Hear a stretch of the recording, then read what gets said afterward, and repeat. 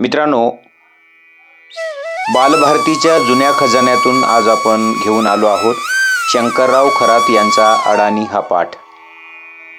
बाहेर अंधार पडत होता. माझ्या दारात दिवा लागला होता. दारात मला गेनुबुवा तराळ दिसताच मी आईला बोललो, आये, दारात तराळ आलाय. माझ्या आईनं तराळाला बघताच डोईचा पदर नीट केला.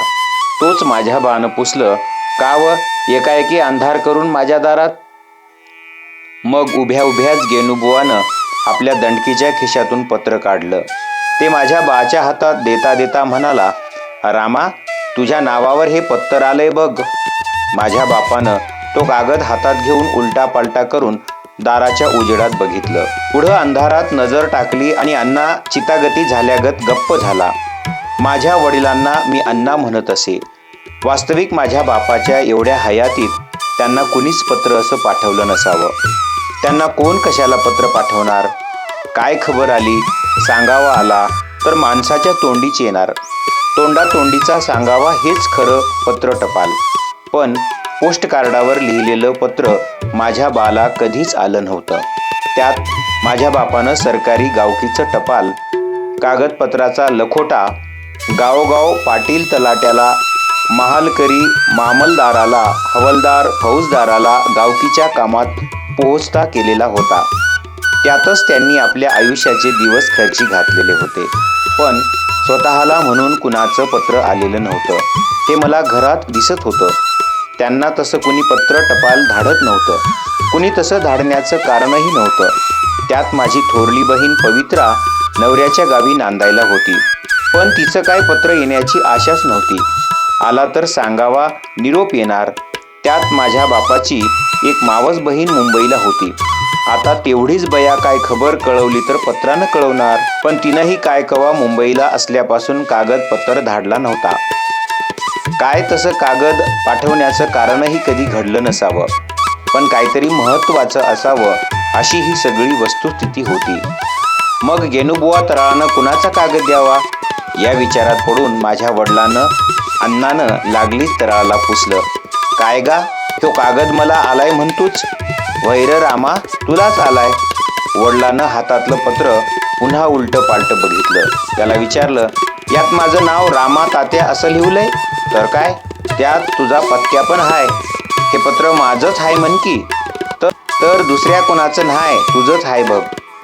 त्यात तराळ बोलता बोलता खाली बसला आणि वडिलाला बोलला, रामा, जरा चिलीम तरी पेटव. मग माझा बाप तंबाखूनं चिलीम भरू लागला. तोवर मी त्यांचं बोलणं ऐकून बाहेर आलो. कुणाचं पत्र आलं म्हणून ते पत्र हातात घेऊन उलटं पालटं करून पाहिलं. मी लहान होतो, अडाणीच. शाळेत जात नव्हतो. पत्र पाहून माझी वाचा बंदच. काय वाचणार? मला वाचताच येत नव्हतं. बापानं अण्णानं चिलीम पेटवली. एक झुरका मारून तराळाच्या हातात चिलीम देत सहज बोलला, व्हयगा, कुणाचा असावा हा कागद? कुणाला ठावं? माझ्या हातात नायकानं दिलं. त्याच्या पण हातात पोस्टमननं बाजारात दिलं. पण त्या नायकाला पोस्टमन बाजारात काय बोलला असेल की? चिलमीचा झुरका मारून तराळ बोलला, आता मला का ते ठावं? नव, तो त्याला पुसायचं तरी पत्रात काय मजकूर आहे तो? होय गड्या, म्या तसं पुसायचं इसरलो, असं म्हणून तराळ पुढं बोलला. पण रामा, तो नायक काय लिहणार हाय? होय, ते बी खरंच आहे. पण त्यानं डाकवाल्याकडं कागद फोडून बिडून घेतला तेवढं विचारायचं. माझ्या वडिलांच्या हातात चिलीम देत तराळ बोलला, होय, तेवढं मात्र पुसायला पाहिजे होतं खरं. अण्णानं माझ्या हातातून पत्र घेतलं, चौकटीत उजेडाच्या बाजूला धरलं, त्यावर नजर टाकली. या पत्रात काय जास्त लिवलं बी नाही असं म्हणतोय? असं आश्चर्यानं बोलून तराळानं ते पत्र हातात घेतलं आणि चौकटीच्या आत उजेडात त्यातल्या 2 ओळी बघून तोही चमत्कारिकपणे बोलला, रामा, तुला कवा नवं ते पत्र आलं, पण ते बी अर्धच आलंय. काही महत्त्वाचा निरोप असल. आता ते तलाट्याकडं नाही तर मास्तराकडं फोडून बघितल्याशिवाय कसं कळायचं?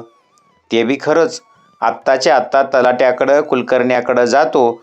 अरे रामा, कुलकर्णी गावात नाही. मग गावातल्या मास्तराकडं सकाळी जाऊन त्या मास्तराला गाठतो. सकाळी अण्णा हातात पत्र घेऊन निघाला. मीही त्याच्या पाठोपाठ निघालो. तोच आईनं आवाज केला, कुठं व चाललाय? अगं, आलेलं पत्र तरी वाचून येतो गावात.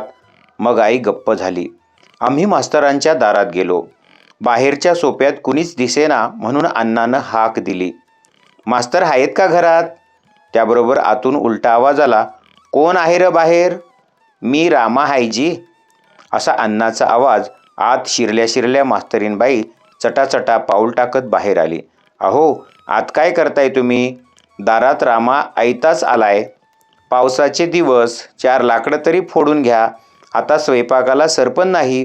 असं मास्तरीणबाई आत तोंड करून बोलली आणि पुन्हा अण्णाला म्हणाली, अरे आमचं बघ सरपण संपलंय. लाकडाच्या 4 ढलप्या तरी काढून दे. त्यात पावसाचा दिवस. अण्णा गप्प झाला. आता अण्णांच्या पुढं प्रश्न होता.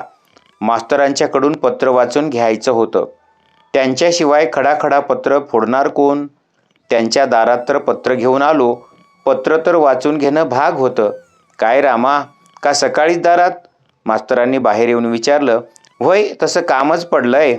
कसलं काम काढलंय रामा? तसं काय भारी नाही. असं म्हणून दंडकीच्या खिशातलं पत्र काढून हातानं पुढं करून तो म्हणाला, हे पत्र आलंय तेवढं फोडून दावायचं हाय. ते पत्र मास्तरांच्या हातात टाकणार तो मास्तरांनी लागलीच आपलं काम सांगितलं. अरे रामा, स्वयंपाकाचं घरात थटलंय. लाकडाच्या 4 ढलप्या तरी काढून दे. मी त्याला कुठं नाही म्हणतोय. असा अण्णाचा होकार आलाच आणि तो सरळ पुढं बोलला, द्या की कुऱ्हाड तेवढी. 4 फाळ्या काढून दे तू. अण्णाच्या पुढं दुसरा मार्गच नव्हता. त्याला पत्र वाचून घ्यायचं होतं. अण्णानं कुऱ्हाडीचं नाव काढताच मास्तर सोप्यातूनच आत गेले. माळीच्या चौकटीतून आत बायकोला हाक मारली, अगं ती आपली कुऱ्हाड कुठं आहे? रामाकडून आजच्या पुरत्या 4 ढलप्या काढून घेतो. त्याबरोबर आतून उलटा आवाज आला, अहो आजच्या पुरत्या काय बोलताय? 4-8 दिवस पुरल एवढं तरी त्याच्याकडून सरपण फोडून घ्या. तो आयताच घावलाय, त्यात पावसाचा दिवस. अण्णाच्या कानावर मास्तरीणबाईचं शब्द पडले. मग तो वैतागताच स्वतःला बडबडला, तुझ्या घरचा नोकर नव्ह का? बरा घावलो तावडीत. अण्णाला वैताग येण्यासारखाच हा प्रसंग होता. पण त्याच्यापुढं आता काही इलाज नव्हता. त्यात आम्हाला 2च डोळं, पण मास्तर शिकल्यानं ते आता 4 डोळ्याचे झाले होते. कधीही अडीनडीला असंच काय वाचून घ्यायला त्यांच्या दारापुढं जाण्याचा प्रसंग येणारच.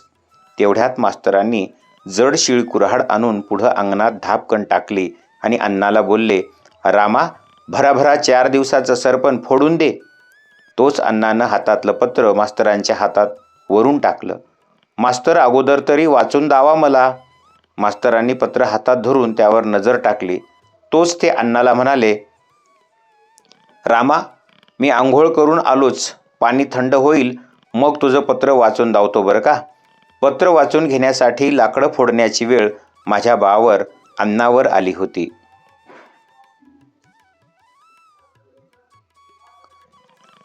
अण्णा लाकडं फोडू लागला. पत्रात काय असेल याचे विचार मनात दाटत होतेच.